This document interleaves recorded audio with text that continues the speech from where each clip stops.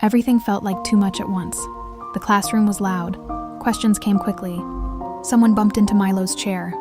His chest tightened. His thoughts raced. Milo felt the urge to react, to snap, to run, to shut down. Then he remembered something important. I'm allowed to pause. Milo raised his hand. Can I take a moment? He asked quietly. The teacher nodded. Milo stepped into the hallway and leaned against the wall. He placed one hand on his chest and breathed slowly, in and out. The noise faded. The tight feeling softened. After a few minutes, Milo returned to class. He wasn't angry. He wasn't embarrassed. He was calm. Later, a classmate whispered, I wish I knew how to do that. Milo smiled. That day, he learned something powerful. Taking a break is not giving up. Pausing helps you protect your feelings. Confidence includes knowing when to slow down. And from that moment on, Milo knew. His calm was something he could choose. Milo noticed it during recess. A smaller student stood near the fence, holding their backpack tightly. A few kids laughed nearby, not loudly, but enough to make the moment feel heavy. The student looked down. Milo felt that familiar pause inside. Should I get involved? What if it gets awkward? He remembered something important he had learned. Confidence isn't just for protecting yourself. Sometimes it's for protecting others. Milo walked over and stood beside the student. Hey, he said calmly. Do you want to play with me? The laughter stopped. One kid shrugged and walked away.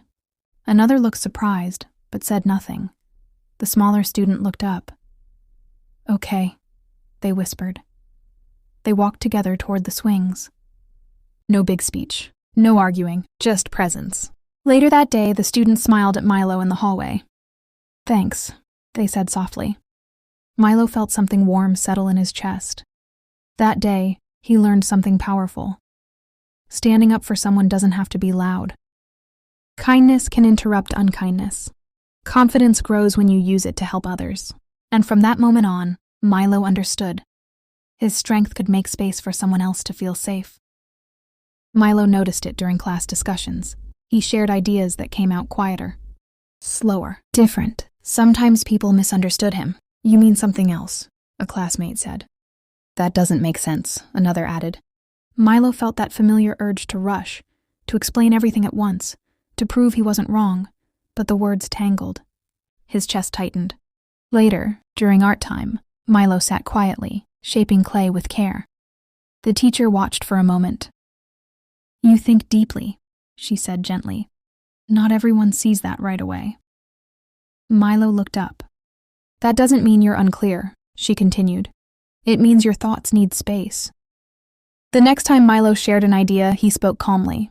This is how I see it, he said. I don't need everyone to understand right now.